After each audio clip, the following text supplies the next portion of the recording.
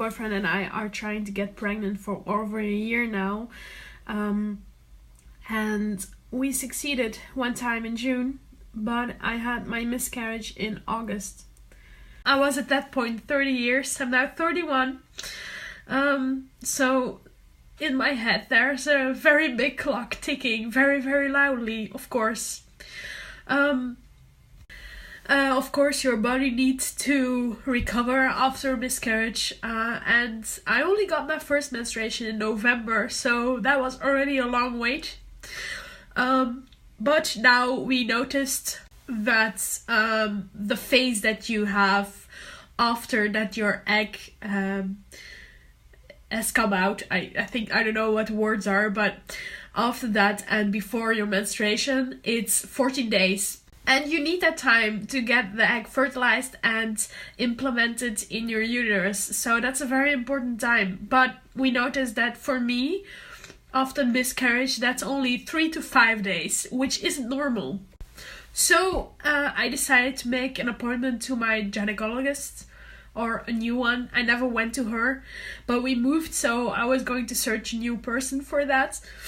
And we went. We just came back from her, and I told her my whole story. I even had this paper, like, with my cycle and everything that happened on there, all the information that she needed. I also went on a diet from November already. It's a low carb protein shake diet, so it's very intense.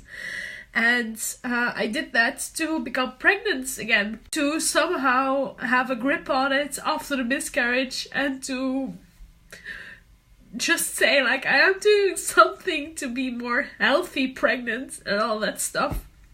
And since November, I already lost 10 to 14 kilos, something like that, which isn't bad. It totally isn't bad. So I feel good. I feel great, actually. The only reason why I started that diet is because I really want to become pregnant and be healthy and all that stuff. But the only thing the doctor could say was, you have to lose weight and this isn't healthy. You're doing a good job. Just keep on doing what you're doing. Getting pregnant isn't your first priority. Hearing her say that was really painful. And I was thinking in my head, like, girl, just shut up and answer my questions that I have. But rather than doing that, she kept on preaching about losing weight and what obesity does to when you're pregnant, and that there can be complications. And I was just sitting there like, girl, my cycle is totally wrong and it has nothing to do with me being fat, because you know what? I've been fat before and I was pregnant. No matter what questions we asked, she kept on coming back to that. And she didn't listen at all. So I feel really, really bad. First of all, because I already know all that stuff. I know that fat isn't very good when you're pregnant and all that stuff, but that was not what I was there for. I asked her about it's progesterone, the hormone that you need to have that phase longer. And I asked, is it because I'm on a diet, on this specific diet of low carbs, that it's not good? My boyfriend was with me and he asked, like, okay, listen, but what do you say? What is your experience with people who have miscarriages and then have a cycle that isn't okay? And she didn't answer that. She just was like, yeah, but fat. And I was getting more angrier and angrier to her. That I just wanted to get out of there. She didn't help me at all. She even made it worse. I've never had this before. It's just a way of fat shaming. She didn't have any view on what was going on with me as a person and not my fat. She was only looking at my fat, and yes, I do know I can go to another doctor and all that stuff, but that doesn't matter. It's just the experience that I had now really isn't okay. at all. By the way, I'm not saying that doctors can't say all this stuff, but having the thing that I was already losing a lot of weight and doing everything possible, she still kept on preaching. Just literally said to me, losing weight is at this moment your first priority. Getting pregnant is only the second. Which in my head is like, you're too fat to get pregnant. Too fat to be a mom. And I'm not saying all this because I want all of those messages about, oh, I'm so sorry for your loss and all that stuff, but I just want to tell my story and say that this really isn't okay. It really isn't. So for everybody who came to this message already, thank you for listening. I had this opportunity to tell my story. I'm going to be fine. I'm sure of it. I just need a few days and then it will be okay. I'm a strong woman. I've always been.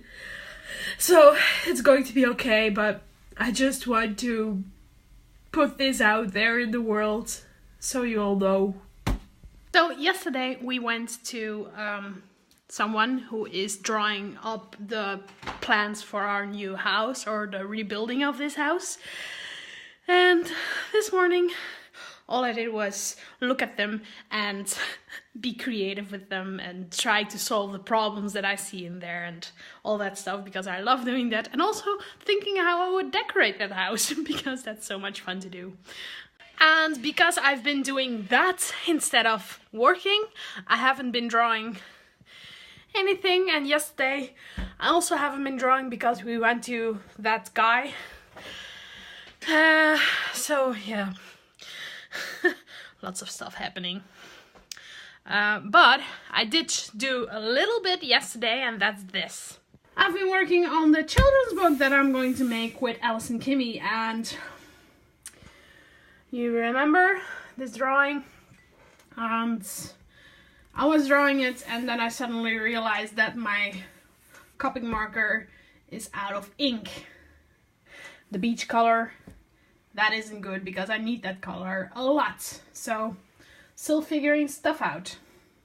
The day before yesterday, my boyfriend and I had a conversation about our financials, which is pretty important in my 200 days view of making it as an illustrator. And let me explain something. We are together in a company. We are both founders of that company, and we both do our job. And invoice through that company. So we both put money in there, and then we give ourselves a salary of that pot of money. And he brings in enough, a lot, so that's very good on his part. But this is about my part, because apparently I have to earn 1,000 euros netto to keep our business running, and to pay our bills, of course, because we are paying for this house now. We've got a mortgage and it's quite heavy on the shoulders, but we're going to make it. But still, to not give in to our lifestyle, I also have to earn some money every month. Not the big numbers, of course, thank God, because that's very, very difficult with my illustrations.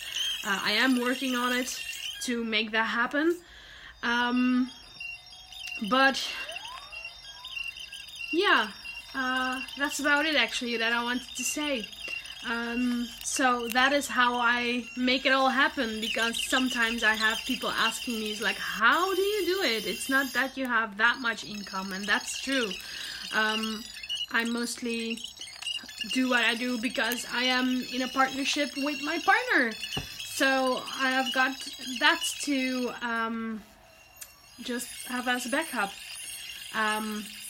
But I really want to earn my part of the whole as well. So last month was a very good month because of the sales of the calendar and the tote bags, but February is very, very silent.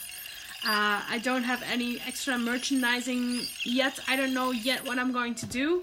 But we'll see what I'm going to do. Yeah.